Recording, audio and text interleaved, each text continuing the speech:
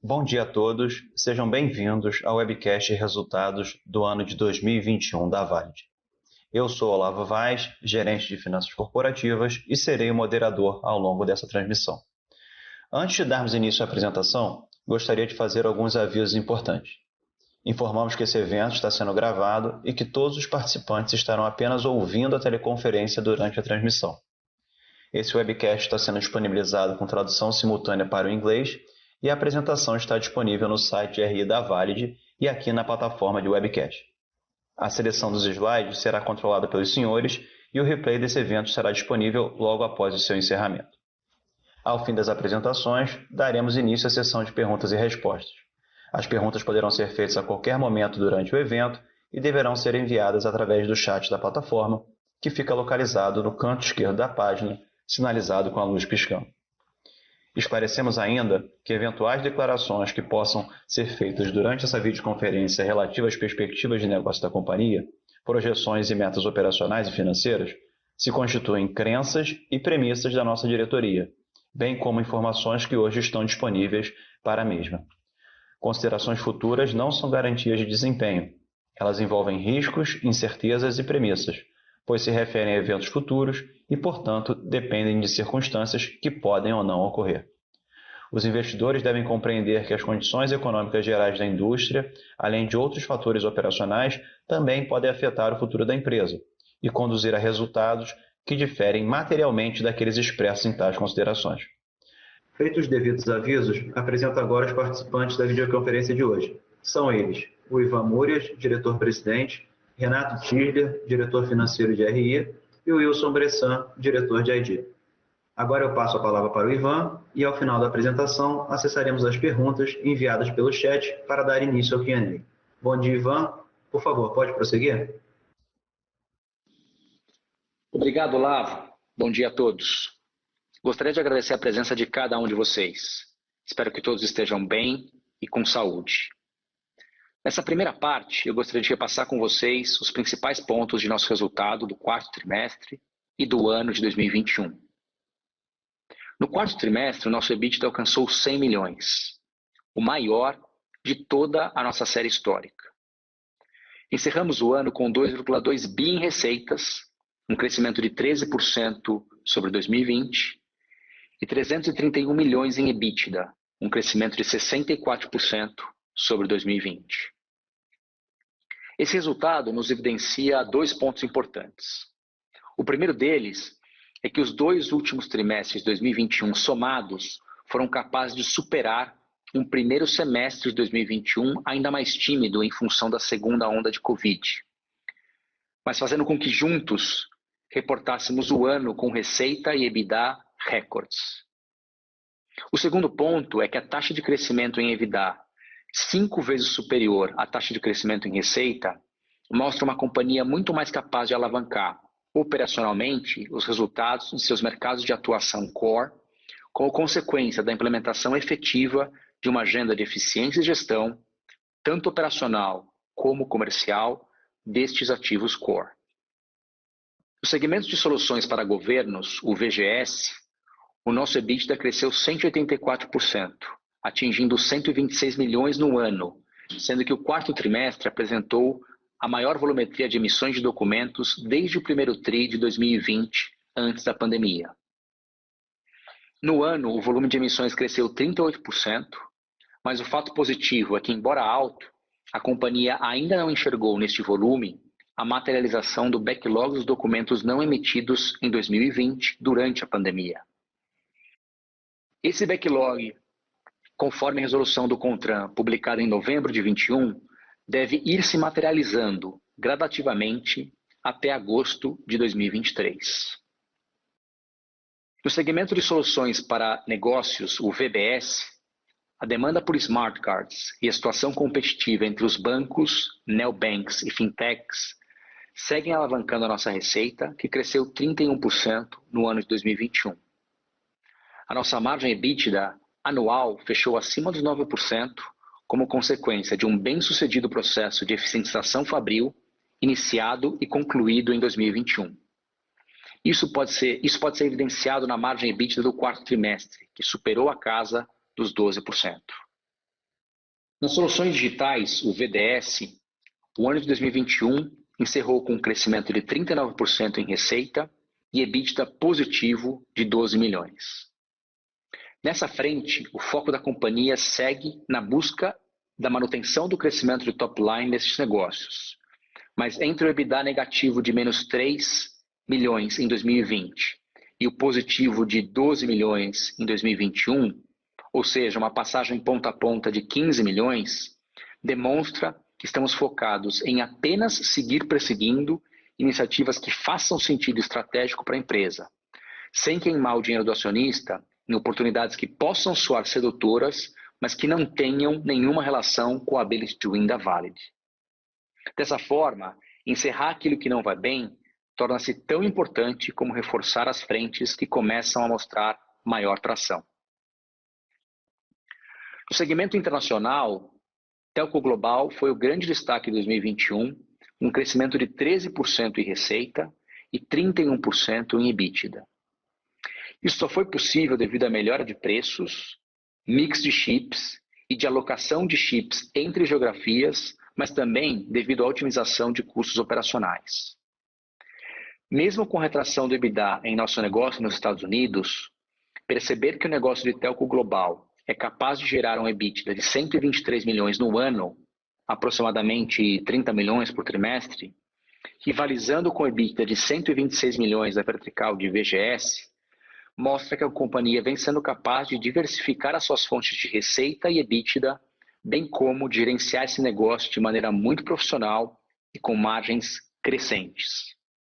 Como resultado de toda essa entrega, poder entregar o indicador de dívida líquida EBITDA em 1,8 vezes, exatamente a metade dos 3,6 vezes do terceiro trimestre de 2020, quando a maior parte desse time de gestão iniciou a sua jornada na companhia aproximadamente 18 meses atrás, nos dá a segurança de olharmos para frente e para a situação de liquidez da companhia em 2022 de forma muito distinta a que adentramos o ano de 2021, com melhores pré-condições de alongamento do perfil da dívida e redução das taxas que devem impactar estruturalmente o serviço da dívida e, consequentemente, a capacidade de convertermos EBITDA em earnings per share para os nossos acionistas ao longo dos próximos anos.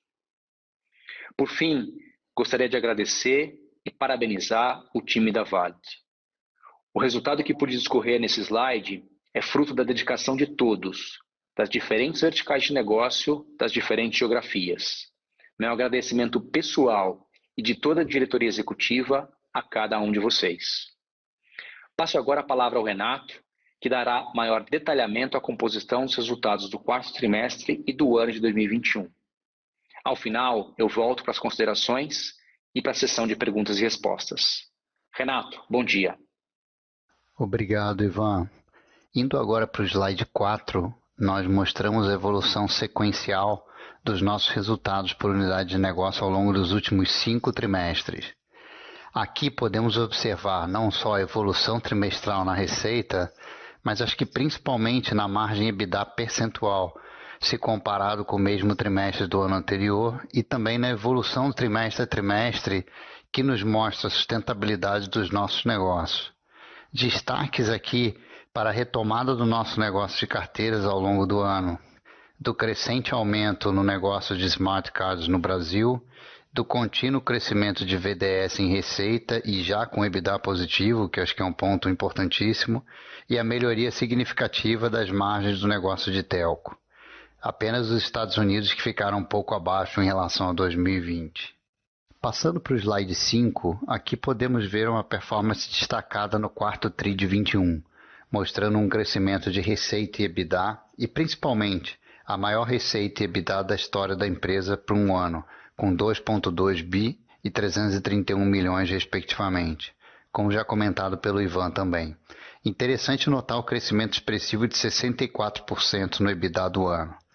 Como principais destaques, nós temos aumento das emissões de carteiras, considerando também o efeito da pandemia mais forte em 2020, então um pouco melhor em relação a 21 contra 20, mas que já estamos também caminhando para volumes próximos do período pré-pandemia em 2019. Tivemos o maior volume de vendas de cartões bancários, com ganhos de margens em função de eficiência operacional. VDS crescendo a receita em 39% versus 2020 e já com margem EBITDA positiva. E por fim, unidade de telco, que cresceu 13% em receita e 38% em EBITDA versus 2020, fruto de melhorias na operação e melhora de mix de produtos com maior valor agregado. Indo para o slide 6, eu gostaria de reforçar também uma mensagem que já passei na última divulgação de resultados, de que a Valid demonstra mais uma vez a sua capacidade de se transformar e se diversificar, reduzindo riscos macroeconômicos e trazendo mais regularidade também para os resultados operacionais.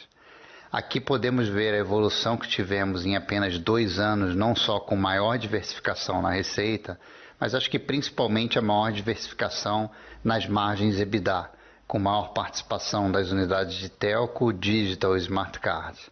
Como vimos no slide 4 também, essas unidades vêm apresentando margens crescentes e consistentes trimestre a trimestre. No slide 7, comentamos sobre nossas unidades de negócio e começando pela unidade de VGS. Fica clara a evolução ao longo dos trimestres de 2021, com lockdown no primeiro para o segundo trimestres e depois uma forte recuperação a partir do terceiro trimestre. O quarto trimestre já apresentou volumetria similar a 2019, com 6 milhões de emissões. A receita também cresceu 21% e o EBITDA 184% no full year 2021. Importante lembrar que tivemos aumento no EBITDA não só pela volta da volumetria, mas também por ações de eficiência operacional, tanto na produção como também na prestação de serviço na ponta. Passando para o slide 8, falamos da unidade de VBS. Aqui tivemos um ano de forte crescimento, puxado pela maior demanda de smart cards. Esse segmento cresceu 63% nos últimos 3 anos, com receita saindo de 322 milhões para 525 milhões, seguindo a alavanca de crescimento dos neobanks, fintechs e digitalização dos bancos tradicionais. Em 21 crescemos 31% a receita e 27% EBITDA, em função de aumento da eficiência operacional fabril e comercial. No slide 9 podemos ver a unidade de VDS e a sua evolução em 21, onde obtivemos crescimento de 39% na receita e viramos para o EBITDA positivo. Tudo isso puxado pelo aumento na receita de certificação digital, crescimento da Valid Hub com importantes contratos que fechamos com grandes bancos. Esta unidade segue crescendo com iniciativas em todas as frentes, de ID, Pay e Link. Indo para o slide 10, nossos negócios internacionais foram puxados positivamente pela unidade de telco, com crescimento de 13% em receita e 38% em EBITDA versus 2020, alavancado por um melhor mix de produtos e clientes com maior valor agregado, e também tivemos um impacto no preço relacionado ao shortage de chips global. Por outro lado, nosso negócio dos Estados Unidos teve ligeira perda versus 2020, em função de mix de cliente, mas que também compensamos com a venda do ativo de Monrose por 5,5 milhões de dólares em dezembro. Esta ação não está no EBITDA, por não ser algo recorrente do negócio, mas é importante para melhorar a eficiência operacional e reduzir os ativos fixos da companhia seguindo adiante. No slide 11, podemos ver a recuperação do lucro líquido após um 2020 muito afetado pela pandemia. Saímos de um prejuízo contábil de 124 milhões para um lucro contábil de 38 milhões, ou seja, um ganho de 162 milhões em apenas um ano, e mostrando também novamente a nossa capacidade de se recuperar rapidamente. O principal efeito positivo nesta melhoria veio do próprio EBITDA, mas também tivemos pequena ajuda de venda de ativos nos Estados Unidos, como já comentado no slide anterior. Indo para o slide 12, temos o fluxo de caixa com 3 efeitos negativos, vindo do pagamento de principal de dívidas, CAPEX e juros, e por outro lado, 3 positivos, vindo da geração de caixa, captação de recursos e aumento de capital. All in all, tivemos um leve aumento do caixa no ano, mas é interessante notar que os primeiros meses foram negativos em função do lockdown e o quarto trimestre muito positivo, com 130 milhões de geração de caixa, mostrando boa recuperação e perspectivas positivas para 2022. No slide 13, trazemos a nossa estrutura de amortização de dívida atualizada, mas sem grandes mudanças versus a apresentação do fim do terceiro trimestre. Temos vencimentos importantes até o fim do primeiro semestre do ano, mas já com conversas muito avançadas para renegociação de prazos e taxas para reperfilamento dessa curva. Ainda estamos carregando uma posição de caixa alta se comparado ao nosso histórico pré-pandemia, mas isso deve ser ajustado ao longo de 2022, uma vez que o cenário ruim já ficou para trás. 77% da nossa dívida está em moeda local, mas temos possibilidade de reduzir um pouco, já que temos parte relevante da nossa geração de caixa que é proveniente de operações realizadas em moeda forte, principalmente telecom. Por fim, a curva da nossa alavancagem mostra tudo o que apresentamos até aqui no material, uma redução rápida, sequencial a cada trimestre e voltando até abaixo de níveis históricos, com 1,8 vezes EBITDA. Esse é o nosso compromisso em manter a estrutura de capital adequada e a empresa com alavancagem controlada. E no slide 14, apenas para informação, trazemos os eventos subsequentes ao encerramento de 2021. Divulgamos pagamento de JCP em 31/12 e pagamos os 23 milhões em janeiro desse ano. Como parte do que comentei no slide anterior, já realizamos o alongamento de uma dívida de 15 milhões de dólares nos Estados Unidos e de 33 milhões no Brasil, ambas com alongamento e redução de taxas. Também temos agendada já a GOE para o dia 20/4. Tivemos também a aprovação do plano de recompra de ações, que consiste em 2 milhões de ações para fazer frente ao plano de incentivo de longo prazo dos executivos. Até o momento já foram recompradas 82% desse total. E por fim, tivemos uma parcela da conversão do bônus de subscrição realizada agora na semana passada. Este valor foi baixo, conforme já esperávamos, mas a segunda data de exercício deve ser forte em setembro desse ano. Agora eu queria apresentar o Bressan, nosso diretor de ID, que vai falar um pouco para vocês sobre as novas regras de ID no Brasil. Obrigado, Renato. Obrigado, Ivan e Olavo. Bom dia a todos. Eu sou Wilson Bressan, diretor de ID da Valid, e é um prazer estar com vocês para compartilhar informações sobre o Decreto 10977, que estabelece as regras do novo RG, publicado no Diário Oficial da União em 23 de fevereiro. Inicialmente, é importante destacar que o decreto do novo RG representa um marco na identificação civil nacional, protagonizado pelo Executivo Federal via Secretaria de Modernização do Estado, do Ministério da Justiça e da Segurança Pública, do Ministério da Economia e em conjunto com os institutos de identificação de cada estado, além da indústria. Decreto esse que estabeleceu padrões de segurança, integridade e interoperabilidade há muito tempo aguardados. E embora a gente não considere um produto completamente novo, o decreto representa um grande avanço em modernização do atual RG. Num breve resumo sobre o nosso ponto de vista, os principais elementos a destacar são os seguintes. Primeiro, o novo RG ele é físico e digital. O modelo físico terá uma versão em papel de segurança, com a primeira via gratuita para o cidadão, assim como conhecemos hoje, e também a opção em policarbonato, essa por sua vez paga. Um segundo aspecto é que o CPF passa a ser o número primário do novo RG, unificando e integrando as informações da identidade do cidadão no SIC, que é o Serviço de Identificação do Cidadão. Um terceiro ponto é que o novo RG passa a ter prazo de validade. Detalhando um pouco cada um desses itens, a versão física do novo RG conterá as informações essenciais, incluindo-se aqui nome social do cidadão, um elemento importante de diversidade. Já a versão digital do RG, ele vai conter informações ampliadas, onde a pedido do cidadão poderão ser incluídas tipo sanguíneo, doador de órgãos, suas observações sobre saúde, etc. Além de, na versão digital, termos um método seguro de validação via QR Code. Destaca-se que o RG digital será gerado após a entrega do documento físico e estará disponível no app GovBR e também nos aplicativos do Instituto de Identificação em cada estado, como, por exemplo, aqui em São Paulo, o RG Digital de São Paulo.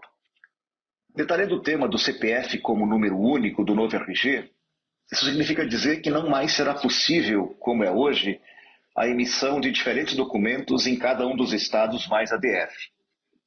Com os bancos de dados interoperáveis e baseados no número do CPF e com as devidas validações nos diferentes bancos biométricos disponíveis, a emissão em unidade distinta da primeira via passa a ser uma segunda via do documento. Isso significa muito mais segurança, menos exposição a fraudes, especialmente porque estarão reforçados os elementos de verificação e interoperabilidade proporcionados pelo SIC, o Serviço de Identificação do Cidadão. E, além disso, com a segurança adicional da existência de uma Câmara Executiva Federal, a CEFIC, que está encarregada de definir e revisar, sempre que necessário, as especificações de integração e elementos de segurança do novo RG. Aprofundando um pouco o item de prazos de validade, ficou estabelecido no decreto que os documentos antigos ficam válidos pelo período de 10 anos e é mandatório que todos os institutos de identificação estejam aptos a emitir o novo RG até o prazo limite de 5 de março de 2023, daqui a menos de um ano. Os prazos de validade para o cidadão ficaram desta forma: validade de 5 anos para idades até 12 anos, validade de 10 anos para idades entre 12 e 59 anos e direito à validade indeterminada para todos os maiores de 60 anos. Um ponto importante aqui, destacar que a versão em papel do novo RG, assim como conhecemos hoje, ele vai acabar em até 10 anos, ou seja, a partir de março de 2032, serão emitidos novos RGs em formato físico somente na versão de policarbonato. Trazendo isso mais para perto da realidade dos negócios da Valid, nós estamos lendo o cenário com bastante otimismo. Na condição de ser o principal player de emissão de documentos de identificação segura no Brasil, sejam físicos ou sejam digitais, com mais de 60% da emissão dos RGs e aproximadamente 80% das CNHs, nos alegra participar desse momento em que cada cidadão brasileiro vai desfrutar de um novo documento de identidade, que representa o exercício da sua cidadania na mais básica e genuína expressão. Mas nós também estamos especialmente otimistas porque vislumbramos um mercado mais atrativo e promissor, muito aderente à expertise da Valid nesse segmento. Essa nossa boa expectativa com o futuro está fundamentada em pelo menos 3 aspectos principais. O primeiro deles é que nós esperamos um aumento de emissões de documentos nos próximos anos. Além dos early adopters que querem um documento mais moderno imediatamente, haverá necessidade de substituição dos documentos para toda a população menor que 60 anos no prazo máximo de 2032. Um segundo ponto é que nós também esperamos um aumento do ticket médio em cada RG emitido por conta da possibilidade e a expectativa de adesão crescente já nos próximos anos da emissão da versão física em policarbonato, que tem um ticket médio maior, uma versão mais cara, a ser paga pelo cidadão. Esse ticket médio maior vai se aplicar a 100% das novas emissões a partir de 2032, visto que lá essa será a única forma de versão física do documento naquele ano. E aqui é bom ressaltar que o cartão em policarbonato já é um produto no qual a Valid tem expertise de produção e emite aproximadamente, hoje, 90% do volume de documentos nesse formato no Brasil. Nós já emitimos, por exemplo, as carteiras funcionais de identificação em policarbonato para diversos clientes, como a Polícia Rodoviária Federal, o CFM, Conselho Federal de Medicina, o COFECOM, Conselho Federal de Economia, o CAUBR, Conselho de Arquitetura e Urbanismo, a Câmara dos Deputados, a Força Aérea Brasileira, a Noreg, entre outros. Um terceiro aspecto é que nós já temos uma expertise reconhecida na oferta de produto mais serviços para diversos órgãos públicos, sejam conselhos, DETRANs, institutos de identificação. Nós já somos habituados a operações de grande volumetria e alta complexidade, provendo com segurança e de maneira integrada produtos e serviços aos nossos clientes. Esse combo produto mais serviço, nós acreditamos que é um diferencial importante da Valid para atender bem aos nossos clientes, que por sua vez entregam um excelente serviço aos seus cidadãos. Sendo o RG uma evolução do que já existe, seja em processos, em serviços ou em produtos, acreditamos muito na nossa capacidade de gerar ainda mais valor nesse mercado, uma arena de competição já conhecida pela Valid. Então, num grande resumo, expectativa super positiva e estamos super animados com o futuro. Obrigado a todos. Bola com você, Ivan. Obrigado, um abraço. Obrigado, Renato. Obrigado, Bressan. Pessoal, antes de passar para a sessão de perguntas e respostas, eu gostaria de reforçar 3 importantes mensagens com vocês. A primeira delas diz respeito às entregas de 2021. Reforçando aquilo que foi super detalhado ao longo de todo o call, foram as maiores receita e EBITDA anuais da história da Valid. Com destaque para as margens operacionais, especialmente do quarto trimestre. Houve também, ao longo desse ano, um melhor balanceamento da receita e do EBITDA entre as regiões e as verticais de negócio. Ou seja, tão importante quanto é para a gente perceber a vertical de VGS, a nossa área de ID, retomando o seu patamar histórico, é ainda mais relevante a gente perceber a proporção que os negócios de Bankcards, VBS e Telco Global estão assumindo no resultado da companhia e a diversificação que isso representa para os negócios da empresa. E o tema do novo RG com uma mudança regulatória importante, positiva para a companhia, porque se contrapõe ao movimento de aumento do prazo de validade da CNH tão discutido e precificado em 2021. Diferente da CNH, que é um documento de qualificação, o RG é um documento de identificação do cidadão brasileiro.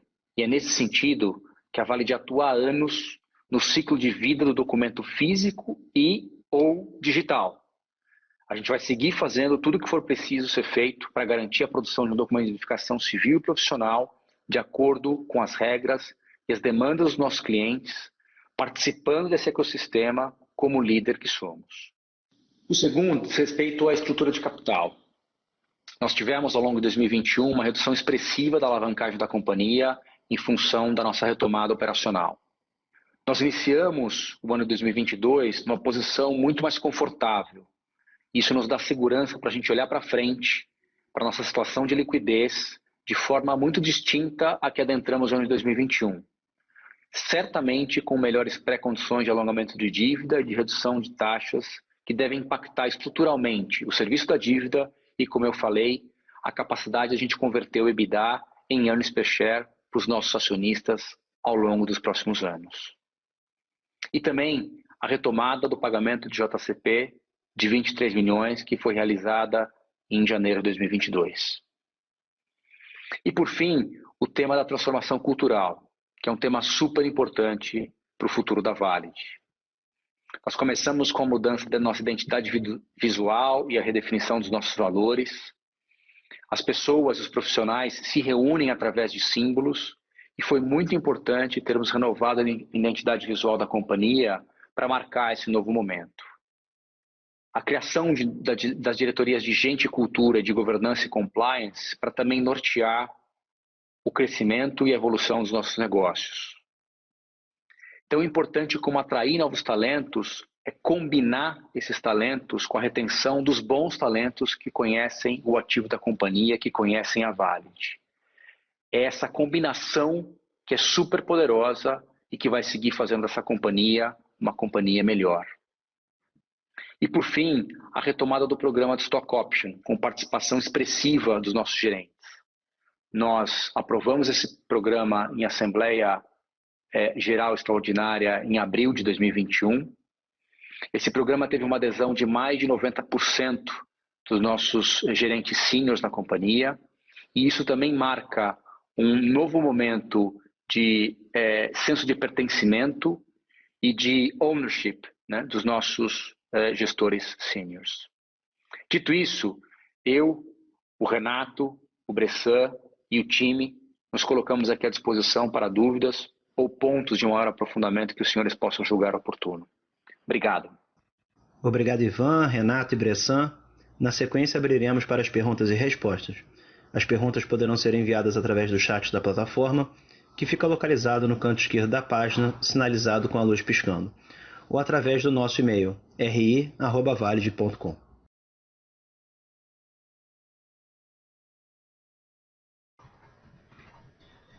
Bem, Renato, vamos começar aqui pela primeira pergunta. Ela veio do Christian, do BBA. Bom dia a todos, parabéns pelos resultados. Tenho uma dúvida. Gostaria de explorar melhor a dinâmica da receita da vertical de governo. vimos que o nível de emissão de documentos cresceu trimestre contra trimestre, enquanto as receitas caíram. Poderiam nos dar mais cor, por favor?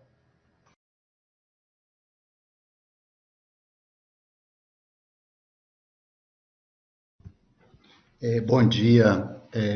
Eu queria começar essa resposta primeiro trazendo um ponto de atenção. Quando a gente fala da unidade de negócio de VGS, de governo, a gente não está falando aqui só de carteiras. É claro que hoje carteiras ainda o negócio mais importante dessa vertical. Só que nós temos também outros negócios que impactam tanto a receita quanto o EBITDA dessa unidade.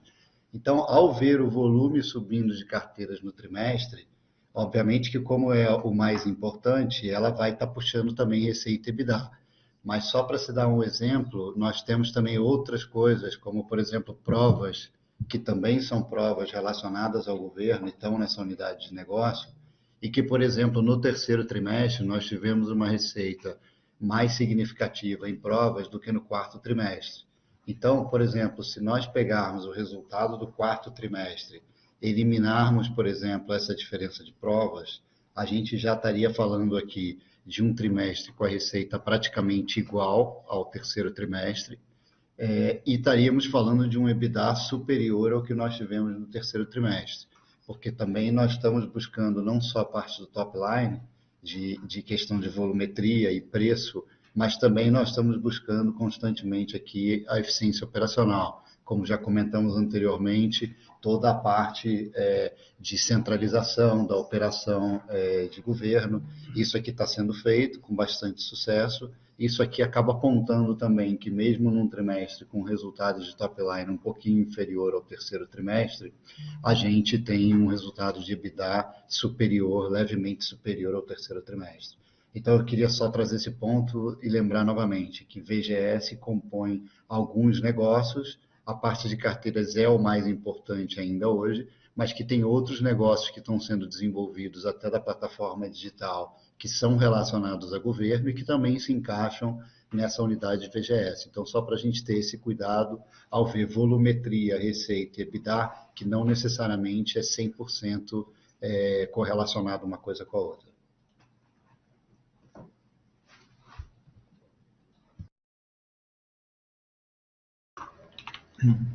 Próxima pergunta, Ivan, vem do Fábio. Bom dia, parabéns pelos resultados do trimestre do ano. Favor informar em qual fase está a venda das plantas de São Bernardo e no Rio e como está a integração operacional em Sorocaba.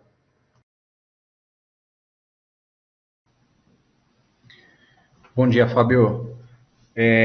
Com relação à planta de São Bernardo do Campo, a gente já concluiu a transferência operacional no quarto trimestre do ano passado, e esse ativo já foi disponibilizado para venda.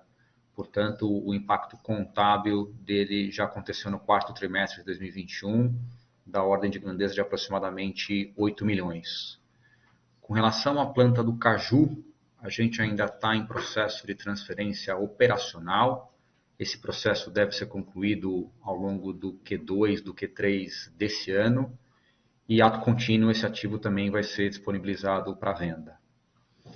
Os dois ativos somados devem ter um impacto caixa da ordem de 15 milhões, eu estimaria, sendo que para o ativo do Caju, na tratativa contábil, ele não deve ter nenhum impacto, uma vez que ele já se encontra praticamente depreciado integralmente em nossos livros. Então, acho que de uma forma geral é isso, e a integração operacional em Sorocaba, especialmente da parte de São Bernardo, que já foi concluída, tem fluído super bem, e a gente está bastante satisfeito com a integração e com as eficiências provocadas a partir desse movimento.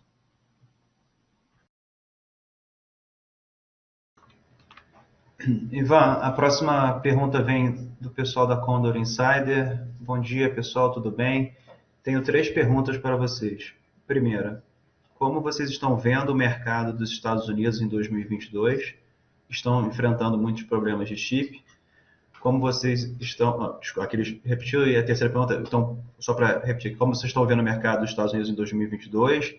se a gente está vendo problema de chip, e no VDS, qual a margem EBITDA que vocês acreditam para o ano de 22?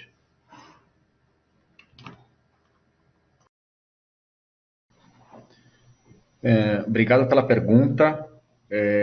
Sim, nos Estados Unidos a gente tem percebido uma dinâmica operacional bastante intensa em função do chip shortage, especialmente pelo fato de que o mercado americano também tem algumas restrições na homologação, né, de chips de origem chinesa, portanto você fica ainda mais restrito no fornecimento com fornecedores não chineses. Não obstante a isso, a gente tem sido capaz, por enquanto, de suprir, né, a nossa operação Fabril. É uma operação cada vez mais intensa, né, porque uma fábrica tem que receber o chip com antecedência, e um chip não recebido no momento em que você está com a linha de produção pronta é uma capacidade que você não recupera depois. Então, essa dinâmica de order to stock, ela tem sido muito mais order to order, e a intensidade logística tem se intensificado bastante. Na parte de cartões, é um mercado bancário bem mais maduro que o Brasil. A gente não enxerga essa competitividade que a gente enxerga agora entre bancos tradicionais, fintechs e neobanks, como o Renato comentou. E também o número de cartões por cidadão nos Estados Unidos, ele já é quase 3 vezes maior do que a média por indivíduo no Brasil, né? Então, a volumetria americana deve ser de intensidade competitiva bem menos intensa do que a gente está percebendo no Brasil nesse momento.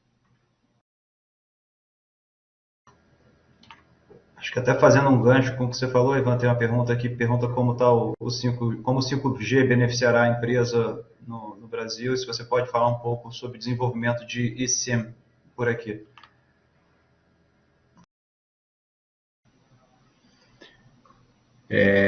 Em termos de 5G, certamente ele vai beneficiar na questão do churn, né? Porque é uma coisa que as operadoras enxergam com uma possibilidade de receita bastante grande, uma vez que toda a plataforma de conteúdo e entretenimento ela ganha muita relevância a partir do 5G, mas ainda é um movimento incipiente em escala mundial, né? De acordo com os dados do GSMA, o mercado mundial fechou em aproximadamente 5% de 5G em 2021, sendo que o mercado americano é o mercado que lidera esse movimento, com aproximadamente 85% do mercado mundial, né?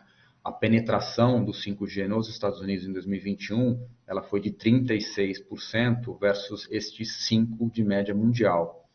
Agora, sem dúvida, como o chip embarcado ele tem mais tecnologia, não só é a oportunidade do churn, né, mas a oportunidade também da gente vender um produto com um preço médio maior. Mas, de novo, por enquanto a gente observa isso de uma maneira muito intensa nos Estados Unidos. Isso já está consolidado no nosso resultado de telco global apresentado no quarto trimestre. Para as outras geografias, é uma tendência que deve ir se consolidando ao longo do tempo, gradativamente, né? De 2G para 3G foi uma transição que demorou aproximadamente 8 anos, de 3G para 4G uma transição que demorou aproximadamente 6 anos, e de 5G, que é um movimento iniciado ali por volta de 2019, 2020, a gente estima que vai ser ali por volta de talvez uns 5 anos para fazer essa transição na média mundial, mas de novo as geografias vão reagindo de forma diferente. E SIM tem uma outra característica.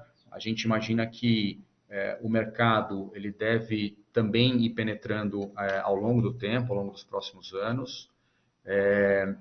A gente estima que aproximadamente em 2025 o mercado tenha uma penetração de SIM entre 26% e 40%, um cenário médio também seria alguma coisa próximo da casa de 30%. 175 operadoras já lançaram serviços de eSIM em escala mundial, e 80% das operadoras veem o tema de eSIM como uma prioridade, né, no pipeline delas.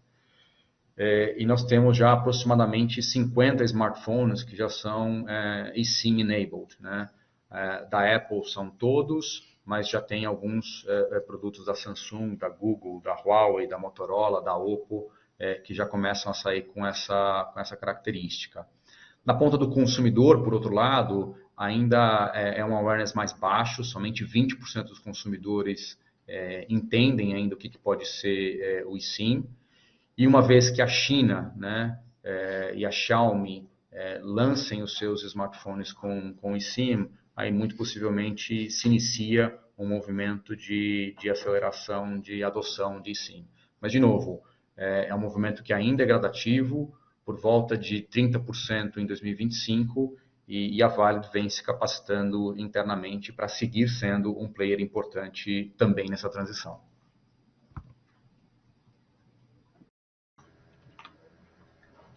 Próxima pergunta, Bressan, vem do Henrique, da Forpus Capital. Vocês falaram que ganharam Piauí, Minas e Espírito Santo. Poderiam comentar sobre esses contratos? Repassam a inflação? Quantos documentos a mais podemos considerar? Olá, Henrique, bom dia. De fato, nós estamos com esses 3 estados em processo de implantação. Piauí e Espírito Santo já estão mais adiantados, já estão em operação. Piauí, inclusive, lança oficialmente o conjunto de novas funcionalidades da carteira de identidade, incluindo o RG digital do Piauí na próxima terça-feira, dia 15. Minas Gerais, a gente está com um cronograma de implantação e as primeiras emissões acontecerão agora no mês de abril. Em termos de volumetria, esses 3 estados, eles adicionam aproximadamente 2,5 milhões de carteiras adicionais, de documentos adicionais emitidos por ano, tá? Minas Gerais com volume maior, Espírito Santo e Piauí por uma população menor, com volume um pouco menor. Os contratos são contratos que sim têm cláusulas de repasse de inflação por índices como IPCA ou eventualmente algum similar, e na sua grande maioria são muito similares aos demais contratos que nós temos em operação.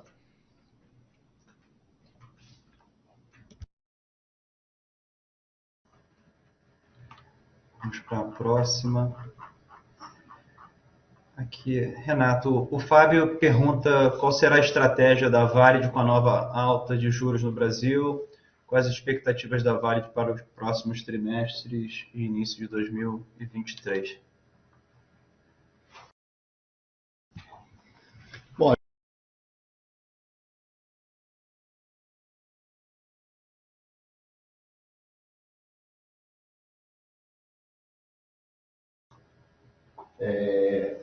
a gente está seguindo aqui a nossa estratégia que a gente elaborou nos últimos meses e agora a gente está em processo de execução, que basicamente a gente está aproveitando agora a oportunidade onde os resultados da empresa estão num momento muito superior ao que estavam um ano atrás.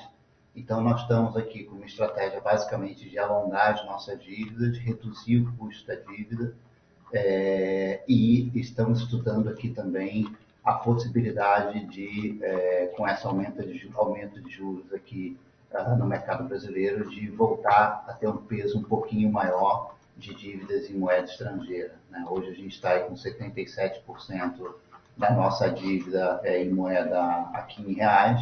A gente tem uma geração de caixa bastante relevante da companhia, que ela advém de operações em dólar, né? Principalmente a nossa unidade de TEL, que é a nossa unidade dos Estados Unidos, e em função disso a gente tem a possibilidade de aumentar um pouco esse percentual, aproveitando taxas de juros também um pouco mais baixas no mercado internacional. Isso a gente ainda está em estudo, está vendo quais são as melhores taxas, também estamos aí já no processo de execução, conversando com diversos bancos, como a gente já anunciou também.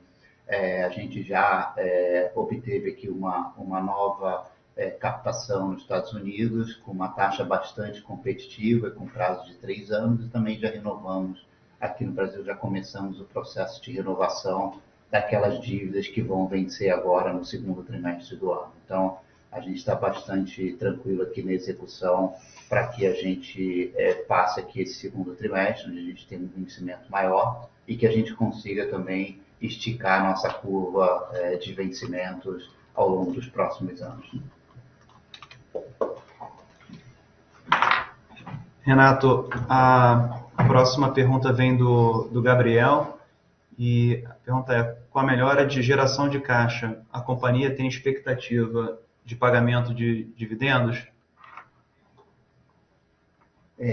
Sim, a gente tem já uma política aqui, né? Na verdade, tem duas coisas aqui que são importantes a gente lembrar, né? Primeiro, a questão da reforma tributária e a questão do JCP, né? Então, assim, hoje por hoje, existia aí um receio de que o JCP fosse extinto em 2021, que não foi, ainda está válido. Então, é claro que se o JCP ainda estiver vigente, né, até o final desse ano, a nossa preferência vai ser pagar JCP em função do benefício tributário que isso traz para a empresa. Mas mesmo que não tenhamos mais a possibilidade de pagar JCP, a gente sim pretende continuar pagando dividendos, e aí dentro da política aqui, baseado no lucro líquido, né? Então, só vamos lembrar isso, que o JCP e o dividendos, eles são calculados baseados no lucro líquido e não necessariamente na geração de caixa operacional. Então, essa é a única coisa que eu corrigiria aqui, é que a gente sim tem pretensão de pagar, mas sempre baseado no lucro líquido.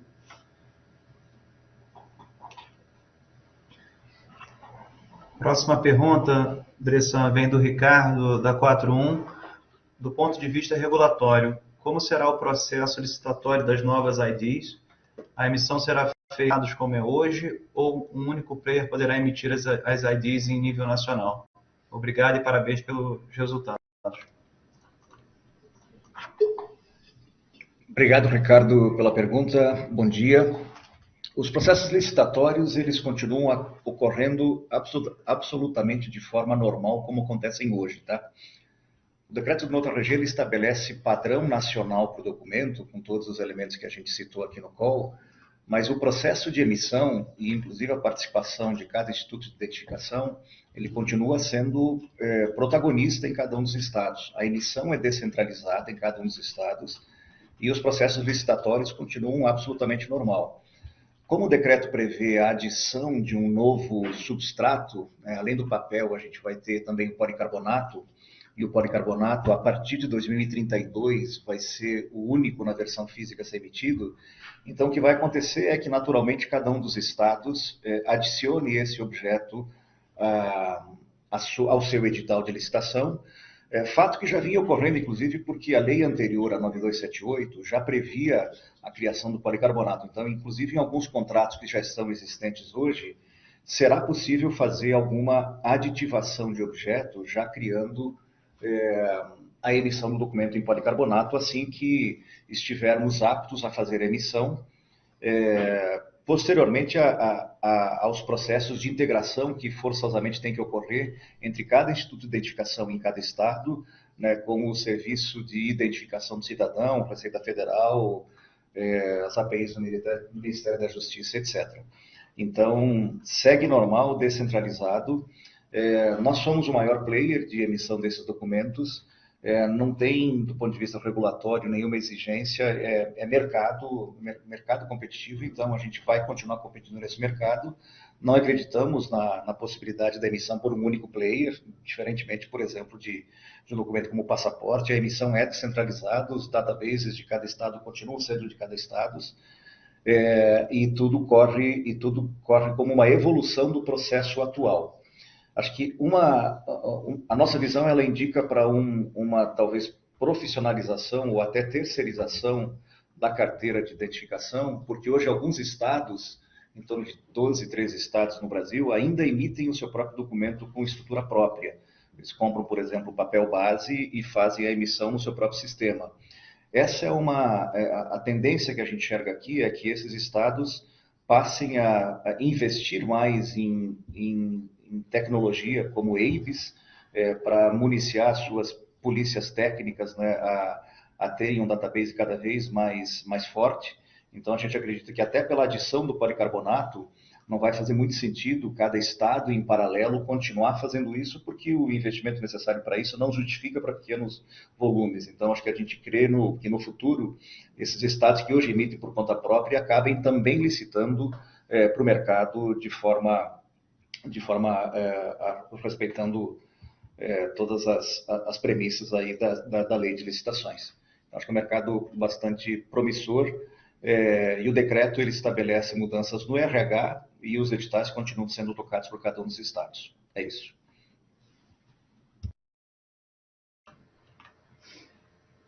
Ivan, mais uma pergunta aqui do Ricardo, da 41. Podem dar mais informações a respeito da venda de ativos nos Estados Unidos? Oi, Ricardo, bom dia. Ricardo, a gente, desde que fez o trabalho junto com a BEM no ano passado, a gente vem avaliando os nossos ativos de forma contínua, especialmente os ativos internacionais, e especialmente dentro dos ativos internacionais, aqueles que têm uma dinâmica operacional / fabril mais intensa. Nesse sentido, não apenas Estados Unidos, mas a gente tem avaliado o ativo da Argentina, a gente tem avaliado o nosso ativo da Colômbia, no pensamento de ability to win, né, qual a capacidade da Vale de vencer a longo prazo, e de importância estratégica, né, como é que ele retroalimenta a estratégia da companhia no futuro. Então, nesse sentido, a gente segue avaliando esses ativos que eu mencionei, mas neste momento sem nenhum guidance específico, seja para os Estados Unidos, seja para nenhum dos outros ativos.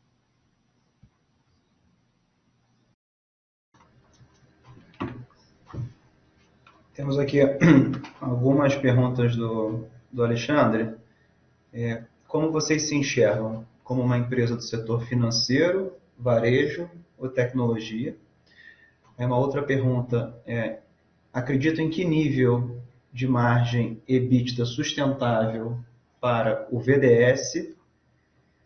E, por último, tem dado certo a estratégia de cidades inteligentes? Acreditam que esse tema será importante no faturamento e margens para o futuro da Valid?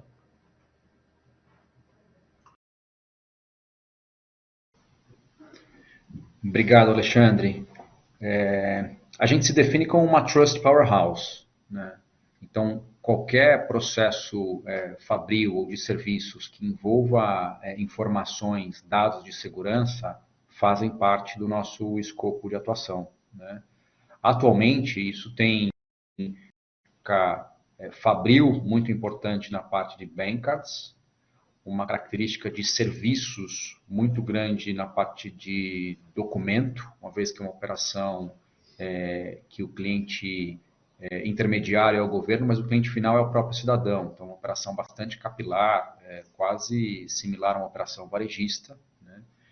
E uma operação que também tem bastante conteúdo de tecnologia nessas duas verticais, tanto o bankcards como o documento, mas também nas coisas novas que a gente começa a fazer, como o Valid Hub, né, que aproveita um ativo muito importante nosso, que é o certificado digital, e uma esteira, né, de entrega de contratos de financiamento bancário, de contratos de registros de imóveis, que aproveitam uma relação também que a gente já tem bastante bem estabelecida com os bancos. Então, voltando, acho que é uma Trust Powerhouse, com características fabris e de serviços bem importantes, tendo governo, telcos e bancos como seus principais clientes. Em termos de nível de margem EBITDA, Alexandre, para o negócio de VDS, a gente ainda que estejamos muito satisfeitos e felizes aqui em ter trazido esses negócios para um patamar de EBITDA positivo e escolhendo, né, muito bem aquilo que a gente quer fazer, aquilo que a gente não quer fazer, eu ainda não esperaria para os próximos anos uma evolução muito expressiva de EBITDA. Em outras palavras, eu preferiria seguir apresentando a evolução aqui do EBITDA na medida em que a gente escolhe melhor as coisas que não fazemos, portanto, dedicando squads para iniciativas que estão tracionando, e aí naturalmente o EBITDA vai melhorando, como foi um pouco da história da passagem de 2020 para 2021. Mas ainda eu me preocuparia muito mais em conquistar mercado, em conquistar top line, para poder de fato fazer com que as nossas soluções, como por exemplo essa do Valley Hub que eu acabei de mencionar, elas ganhem market share, e aí sim numa dinâmica muito mais parecida com a indústria, né, de tecnologia, que nesse momento privilegia um pouquinho mais de growth, e aí ao longo do tempo as esteiras vão ficando tão maduras, né, o vendor lock-in acaba ficando tão importante, que aí você consegue, de fato, trazer novos contratos para a base e aí a margem EBITDA vai melhorando naturalmente. E, por fim, a respeito da tua pergunta sobre cidades inteligentes, a Vale, no passado recente, fez um volume expressivo de aquisições. Nós fizemos 5 aquisições relevantes. Uma delas, que é a BluePay, foi uma iniciativa que a gente já descontinuou. No outro extremo, uma delas, que é essa Valid Hub, é uma iniciativa que está tracionando muito bem e a gente está muito satisfeito com a forma como ela vem desempenhando. Houve outras 3 aquisições, né, a Grotopus, Estacionamento Digital e Mitra. Essas últimas 2, dentro desse segmento de cidades inteligentes que você nos pergunta, que ainda a gente está sob uma análise um pouquinho mais profunda. São negócios que individualmente apresentam perspectivas operacionais e de rentabilidade bastante interessantes, mas a gente também tem algumas dúvidas de como fazer o go-to-market e de escalar esses mercados de forma mais rápida. Então, por enquanto, eu não tenho nenhum guidance específico com relação à relevância que esse business pode ter, mas eu estou junto com o time aqui, dentro das nossas reuniões de RDO trimestral, avaliando com bastante carinho qual é a estratégia de go-to-market que a gente pode implementar. E aí, se positiva, certamente a gente vai escalar mais rápido. Se negativa, a gente talvez caminhe para descontinuar o negócio, como a gente fez com o BluePay, mas a gente vai te mantendo informado ao longo dos próximos trimestres.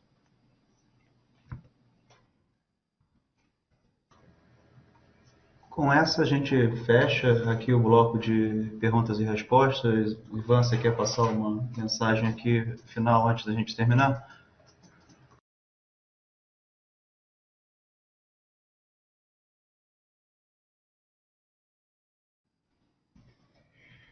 Obrigado, Olavo. Pessoal, uma vez mais eu gostaria de agradecer a presença de todos, as perguntas feitas. Também reforço que todo o nosso time de RI, né, encabeçado pelo Renato, pelo Olavo, assim como toda a nossa diretoria executiva, nós estamos à disposição para sessões de aprofundamento e sessões individuais, caso seja do interesse de vocês. Por fim, apenas reforçar o quão confiantes nós estamos com relação ao futuro da Valid e os desafios que a gente tem pela frente. Obrigado pela presença de todos mais uma vez e um ótimo dia para vocês. Um abraço.